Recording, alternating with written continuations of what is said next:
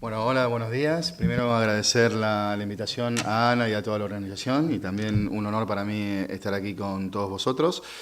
Un poco entraremos al trapo porque no tenemos mucho tiempo, a pesar de que en teoría tenemos un poquito de tiempo, pero siempre estamos cortos. Contaré dos experiencias, o sea, primero hablaremos un poco en general, o sea, para calentar motores, desde el inicio no tanto de qué es el transmedia, sino cómo desarrollar un proyecto transmedia, o sea, algunos tips, algunas lógicas de proyecto transmedia, y luego también comentaremos rápidamente el concurso, ¿no? que hemos organizado desde el GAC y del cual estamos muy contentos y esperamos una próxima participación masiva, si puede ser, y una organización en conjunto. Por tanto, pues nos metemos al trapo. Perdón que vaya a llamar así un poco palo, pero creo que va a ser lo más divertido. Yo tenía algunas ideas para comentar acerca del transmedia, ¿sí? Voy a ir pasando un PowerPoint, que no hace falta que, desde ya os digo que apuntéis nada, porque después os lo daré, o sea que simplemente sentaros, escucháis y después comentamos, ¿vale? Sí. Desde el objetivo, digamos, de cómo se está trabajando el transmedia, ¿no? Que son básicamente es intentar hacer experiencias de sentido con las historias, uno de los arranques rápido, ¿no? para entrar en materia, es enfocar las historias como, por lo menos lo que llamamos nosotros, la distancia emocional más corta entre dos personas, ¿no? La mejor manera de conocernos es a través de ese vehículo, de ese constructo, que es la articulación de una historia, en principio, lineal.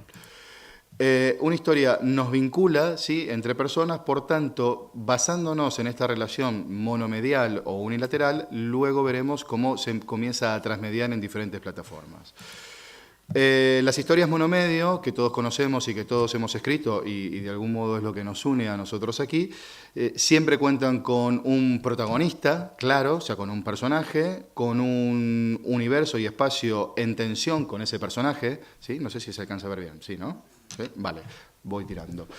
Luego con una disrupción, ¿sí? O con un incidente, con algo que modifica esa tensión entre protagonista y universo, y luego con un conflicto y con a veces una restauración positiva o negativa, etc. Es decir, esta es una historia lineal como las conocemos toda la vida, ¿no? Es decir, una película, una novela, un cuento, una teleserie con diferencias, ¿no? Entonces, sobre todo, o sea, explico todo esto que ya lo sabemos, porque en las historias monomedio, lo más importante es, del significado es lo que elijo desplazar. La decisión como guionistas que tenemos es, sobre todo, básicamente, lo que no vamos a contar, es decir, lo que despejamos para que quede lo que vamos a narrar. O sea, un poco como decía Miguel Ángel, ¿no? Es decir, el bloque de mármol voy despejando y me encuentro con la obra. Entonces, a mí me interesa remarcar esta situación de corte, de quitar, porque es una de las bases del transmedia, que el transmedia lo enfoca desde otro punto de vista. En una historia normal, o sea, hay cosas que tenemos en los borradores, incluso lo ideal o la situación ideal es quitarlo. Por tanto, como solemos decir también, las historias son experiencias de sentidos en una historia monomedio porque tienen un final, ¿no? A diferencia lo digo de la vida, ¿no? Hay gente que cree en vidas pasadas, incluso en vidas futuras también. Pero las historias son experiencias de sentido y sobre todo en las historias monomedio lo que nos da el corte de la narración es el final. Eso no ocurre con las historias transmedia, ¿no? Ahora veremos por qué. No tenemos tiempo para contarlas todas, hay que elegir, ¿sí? Que es lo que decimos en una historia normal. Y aquí entramos un poco en la segunda idea, en lo que ha pasado en estos últimos tiempos, ¿sí? Sobre todo, 7 puntos importantes que han ocurrido, digámoslo así, en la última década, pero sobre todo con incidencia en los últimos 3 o 4 años. Tenemos un desafío por captar la atención del espectador. Permanente, es el gran desafío. O sea, si no captamos la atención no tenemos historia y eso ha entrado verdaderamente en crisis ahora, ¿sabes? Si no tenemos atención no hay manera de contar historias y eso narrativamente, ya no digo con el mercado, narrativamente es uno de los grandes desafíos que tenemos como guionistas. Esta habituación al consumo de teleseries, sobre todo americanas, en donde lo que hablábamos antes, el personaje, el universo y el incidente o la disrupción ocurre de forma muy temprana, es decir, a veces en el primer minuto, ¿no? Entonces, claro, cuando ese espectador habituado, espectador generalmente muy joven, se pasa al cine, ¿sí? que es otro tempo interno de la película, encuentra que, digamos, esos ciclos de atención se relajan, ¿no? E incluso se puede aburrir, y lo que nos pasa habitualmente en la televisión, en el cine no podemos cambiar de mando, pero saltamos de pantalla. Saltamos de pantalla por un problema de atención, o sea, esa disrupción que es la atención. Ese es uno de los temas que tocaremos rápidamente. Luego la interactividad. Sí, que eso es claramente diferenciador. La aparición de Internet lo que propone como elemento diferenciador es la interactividad. Y las historias transmedias se diferencian claramente del mundo analógico en que son interactivas, es decir, provocan interacción. Si no tienen interacción, no funciona una historia transmedia. De hecho, lo define a lo transmedia la interacción, sea por segundas pantallas o sea dentro de la misma plataforma. Luego tenemos una definición que ahí se ha cortado un poquillo, que es vamos a decirlo así, es un neologismo, la compartibilidad. Ese elemento extraño, un poco mágico, en donde alguien cuelga un contenido y nosotros ponemos me gusta, ¿no? O sea, esa definición tan difícil, tan inasible, es uno de los elementos hoy constitutivos y estructurales del transmedia. El contenido, sin saber muy bien cómo definir compartibilidad, pero sí debe ser compartible, es decir, sí se debe provocar en el espectador unas ganas, un deseo de poder compartirlo. Otro elemento importante son que va hacia nichos de audiencia. O sea, ya no hay una preocupación por lo que se comentaba ayer también en las mesas muy claramente, una preocupación por ser generalistas, sino que específicamente se va a eso que es Internet, que es una especie de feria o de fiesta de tribus, de diferentes tribus que conectamos.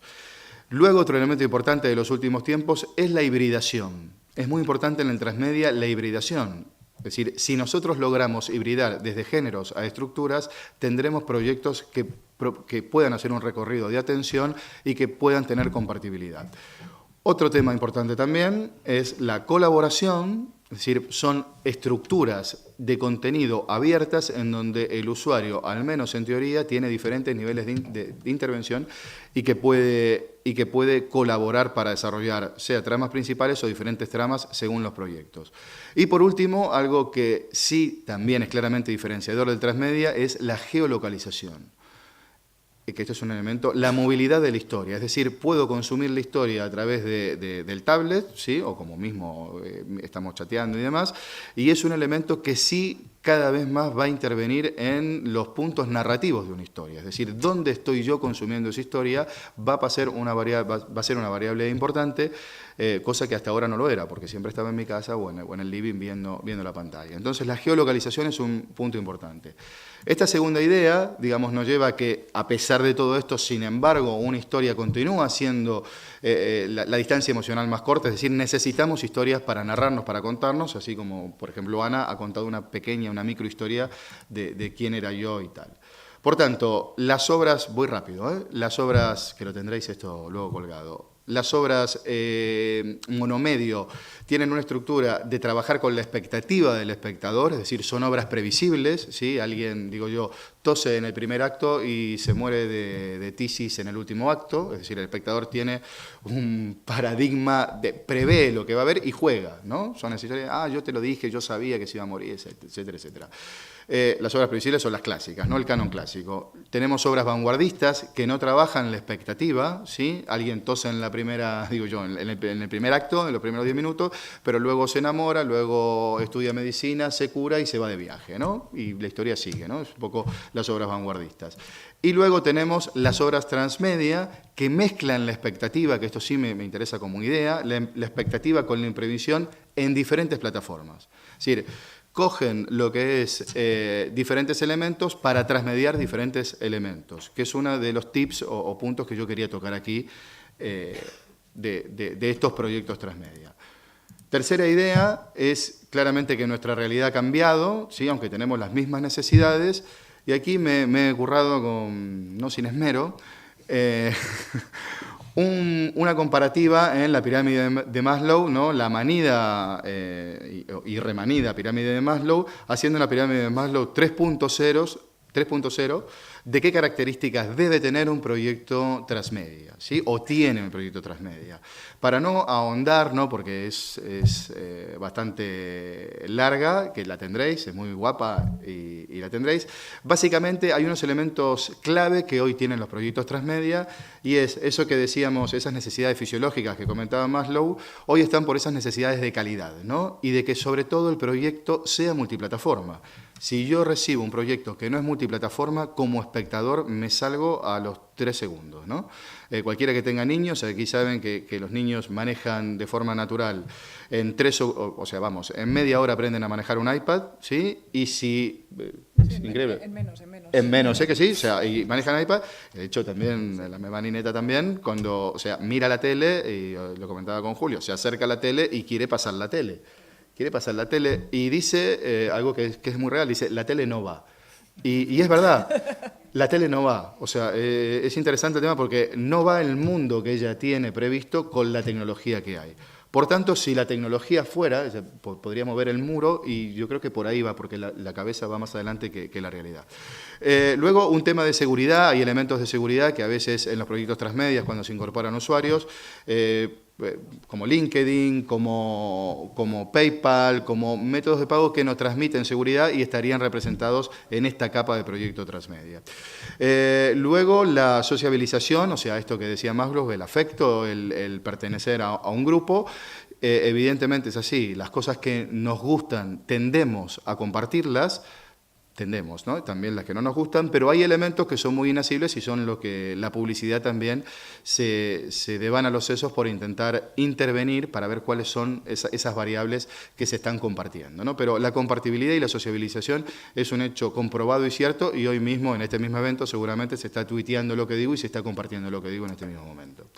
Luego tenemos el prestigio, ¿sí? Es decir, hay proyectos que incorporan determinados elementos de prestigio, en donde hay usuarios que tienen mayor capacidad de interacción con esas tramas y a través de la gamificación, ¿sí? se van produciendo diferentes tipos de escalas en estos proyectos. Y por último, lo que se llama, vamos a decir lo que llamaba Maslow, la autorrealización, que en un proyecto transmedia sería equiparar la co-creación, ¿no? Equiparar a un usuario que también comporta algunas variables que modifican el producto original de una manera impensada en su inicio, ¿no? Es decir, fuera de los debates de copyright y de propiedad intelectual, pero se produce una especie de experiencia social con el proyecto y ya os contaré ejemplos de esto claros, ¿no? O sea, que se va de las manos el proyecto y es algo que cada vez ocurrirá más, ¿no? O sea, partes en donde uno no puede controlar el proyecto y hay que habituarse a no controlar partes del proyecto. Podemos contar historias, como decíamos, de forma interconectada en diferentes plataformas y en esta formulita que un poco me he inventado, la fórmula del transmedia es tener una buena narrativa, ¿sí? Dividida por soportes, que tengan valor añadido para la cadena de valor del contenido de la narrativa que se está desarrollando, multiplicado por la cantidad de usuarios. Eso nos va a dar n números de cantidad de historias, n números de posibilidades de tener inmersión en esas historias de un modo temprano, ¿sí?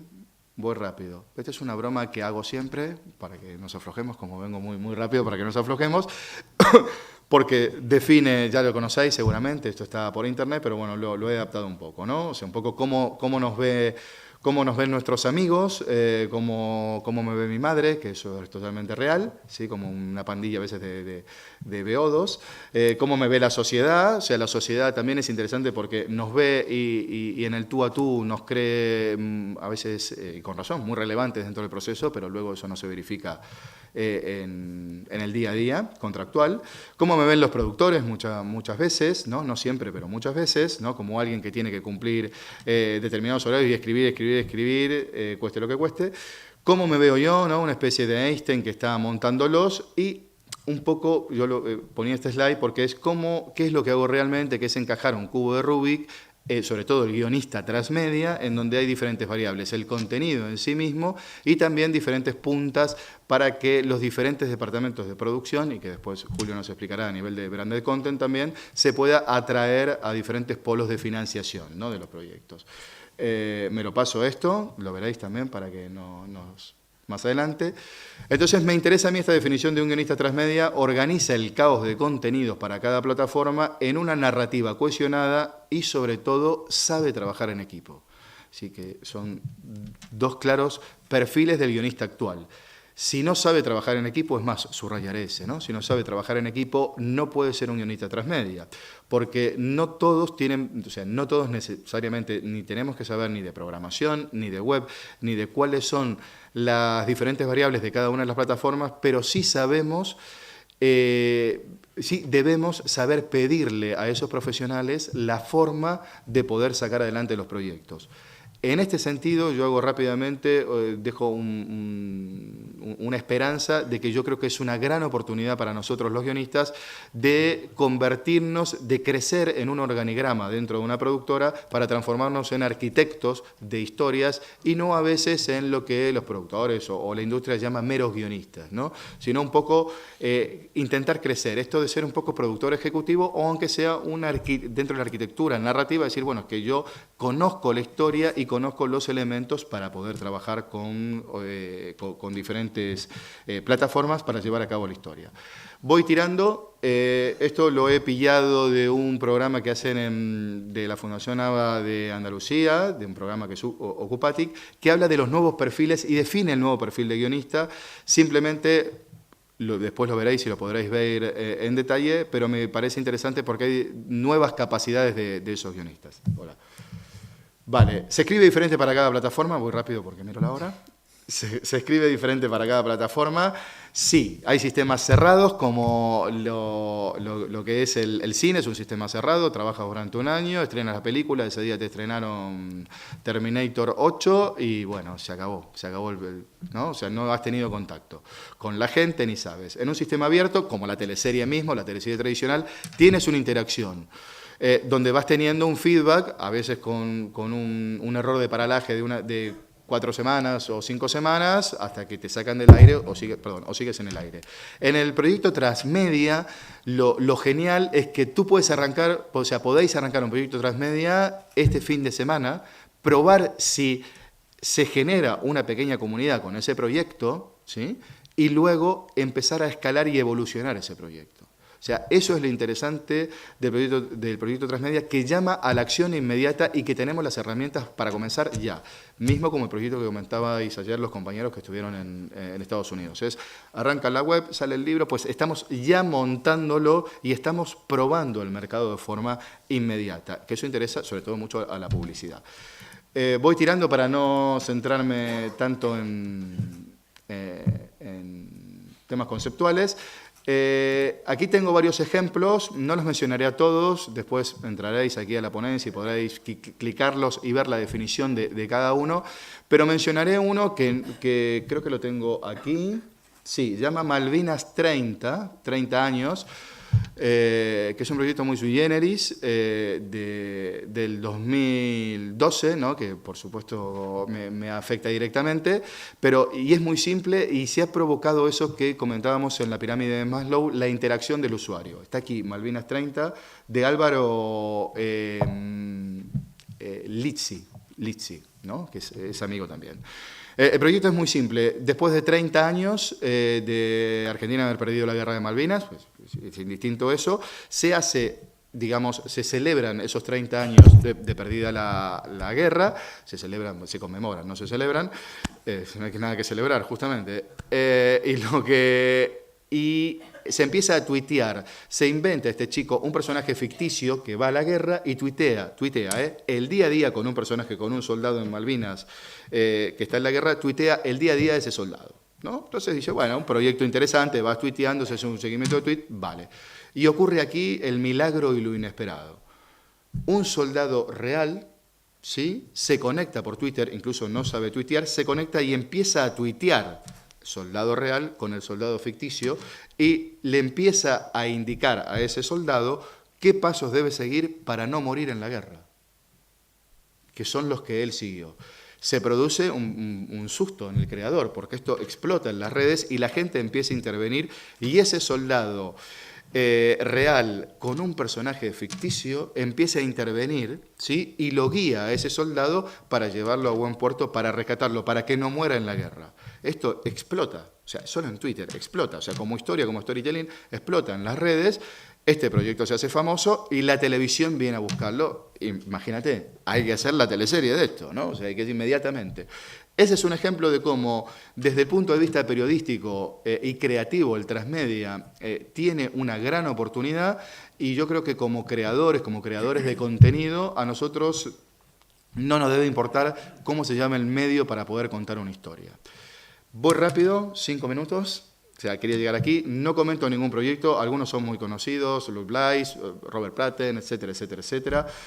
Aquí tenemos el ejemplo del cosmonauta también, y próximamente, os prometo, el año que viene tendremos ejemplos claros españoles, ¿no? Que se están desarrollando. Digo esto a raíz del concurso de transmedia que hemos montado en el GAC. ¿Cómo se describe un guión transmedia? Esta es una broma siempre que hacemos, que es a más cómo, menos de por qué, ¿no? O sea, no nos interesa tanto el cómo, sino el por qué y las razones de por qué transmediamos el contenido. Pero para no ponerme muy serio, esto también lo veréis más adelante, la estrategia de un desarrollo transmedia, cómo concretamente se desarrolla, para daros algunos tips.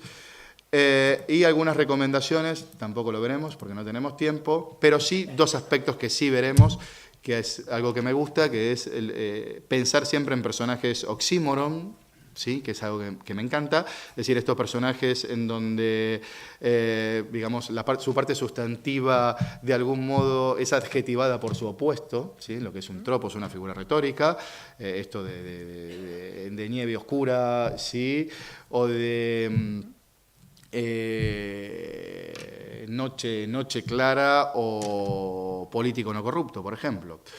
Entonces, los personajes oxímoros son muy importantes porque a nosotros, para transmediar, nos dan una posibilidad de fraccionarlos en diferentes tipos de capas, y estas capas, que son típicas de la creación de un personaje, de cómo es, del secreto que tiene, de cómo cree que es y de cómo lo ven, cada una de estas capas se pueden transmediar, ¿no? Cuando esto me preguntan, ¿cómo transmedio un personaje? Pues puedo transmediar en una plataforma cómo es en un secreto, por ejemplo, en un print, en un book, ¿sí? Tengo el secreto del personaje, pero el cómo lo ven lo pongo en la TV, en la teleserie, cuando transmedio, y el cómo cree que es, ¿no? Lo pongo en el Twitter.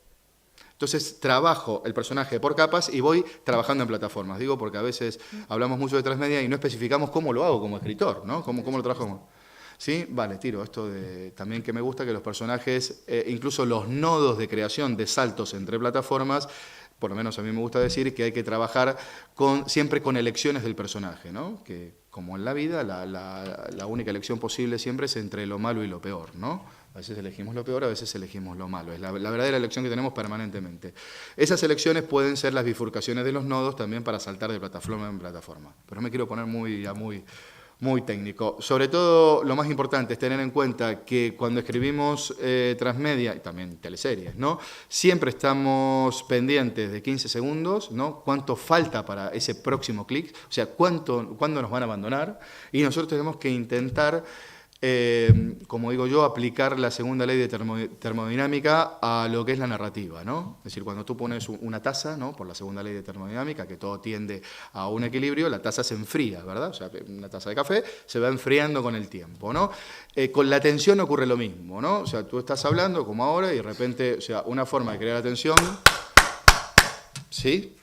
Y ahí le has levantado la cabeza y me has visto porque se ha roto el sintagma que venía, que es monocorde, tal.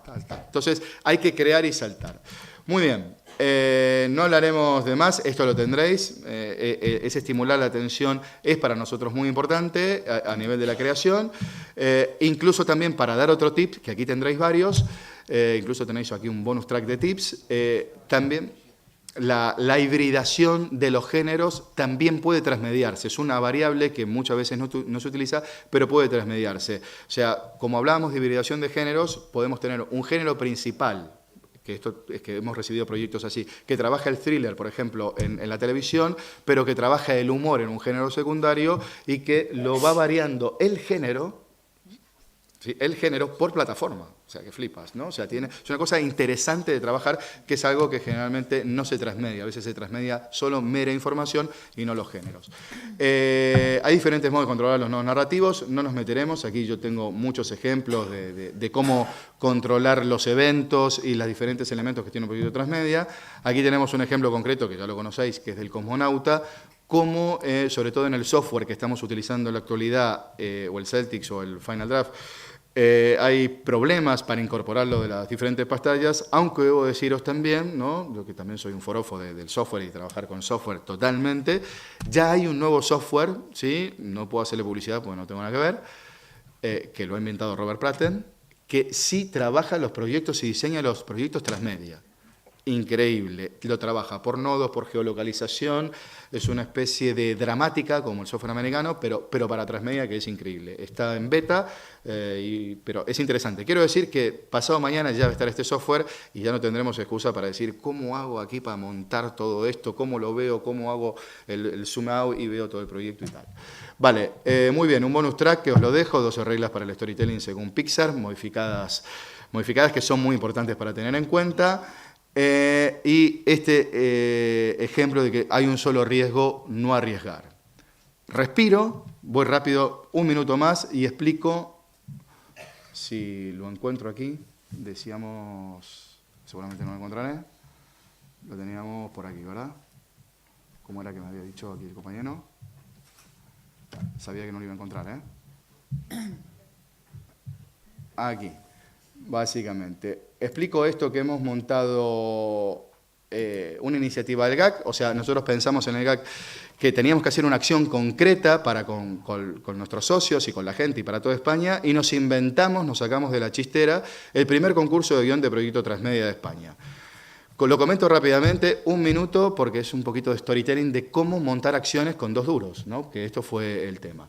Fuimos a contarle la película al MAC, que es el Mercado Audiovisual de Cataluña, que también está en esta línea de transmedia, pero bueno, no sabía cómo bajar a tierra esto, y tuvimos una idea genial, que fue montar este concurso transmedia. Entonces, nosotros, que somos el GAC, esto también luego lo tendréis colgado, decidimos en la Junta montar el emprendimiento, nos fuimos al MAC, que hablamos con, bueno, aquí están los nombres, con José María Codina y Lau Delgado, y les pedimos 2.000 euros para ese concurso. Bueno, no entendían ni qué era el concurso, pero cómo es, pero esto no es teleserie, pero esto no sale. Bueno, lo convencimos, tuvimos la suerte de convencerlos y que se sumen, y personalmente aquí nos fuimos con toda la Junta, con el maletín del concurso, a golpear puertas. Nos fuimos a TV3, TV3 no tenía un duro, ¿no? Le dijimos, no hace falta dinero, hace falta que nos hagas difusión, que nos pongas en la web y que nos hagas entrevistas y al ganador lo promociones y el proyecto se haga. Bueno, si no tengo que poner pasta, ¿no? Andaban, ¿no? Nos fuimos a la UAB y le dijimos, mira, tú das un máster de diseño y producción audiovisual de la UAB y estás tirando por temas transmedia y tal. Hombre, digo, aquí tienes, como decíamos yo, tienes 20 butacas, ¿no? ¿Cuántas butacas tienes completas? Y dice, bueno, 15 alumnos, lo de todo, ¿no? 16 alumnos, tal. Esas 2 me las reservas, esas 2 son gratis para el concurso, los finalistas tendrán una formación. Pues vale, me sumo, te hacemos promoción, como estamos haciendo ahora, difusión, y te sumas, pues me sumo. Regalo 2 plazas del máster, que salen, ya sabéis lo que cuestan los másteres, 6.000, 7.000, las regalo para vosotros, para ver qué hacéis. Con ese cuento nos fuimos al Milab, a la plataforma de Blanquerna, que también eran competencia entre ellos, le dijimos, no te preocupes, que promocionaremos por igual a ambas partes, y digo, vosotros simplemente haréis el dossier de producción, no buscar financiación, el dossier de producción de este concurso. Pues fantástico, ¿no? Se han sumado todos. Un poco el storytelling es que con una idea hemos logrado enlazar las cuentas de todo este collar y montamos el concurso transmedia, del cual recibimos sorprendentemente 51 proyectos transmedia de primeras plumas de España, ¿no? De gente que estaba trabajando en TV3, que estaba trabajando también en La Primera, gente muy conocida que, presenta a esta gente, ¿no? O sea, no solo menores de 30, ¿no? Eso nos llevó a que antes de ayer, el miércoles, presentásemos en el Festival de Sitges 2013 por primera vez fuimos también con el cuento y nos dieron el lugar en la sala Tramontana y dijeron, no sé qué es esto, pero bueno, te veo como tan convencido que te dejo aquí. Presentamos a los ganadores del Festival de Sitges, que por cierto, hay una persona que es de Madrid, y también tenemos muchos participantes vascos, ¿no? Que debo decir aquí. Entonces estamos muy contentos por esta iniciativa. Luego podréis ver a los ganadores, que para mencionarlos es Joan Grau, el ganador, que es un eximio, un excelente guionista, que trabaja con Buenafuente, ha ganado el primer premio de este concurso Transmedia. Sorprendido de haber ganado, ¿no? De toda esta movida que estamos haciendo, y nosotros creemos claramente que el único riesgo era no arriesgar, y arriesgamos y nos ha salido bien, ¿no? Y simplemente aquí para cerrar, quería comentaros estos, después para más datos comentamos fuera o vamos tuiteándonos y tal. No los pondré aquí, pero también en este están los finalistas y podréis verlo, los ganadores, pero están los vídeos colgados de los proyectos ganadores, para que los veáis también. O sea, pero para ir rapidito, os agradezco la atención y después seguimos comentando estos temas transmedia. Muchas gracias a todos. Vale.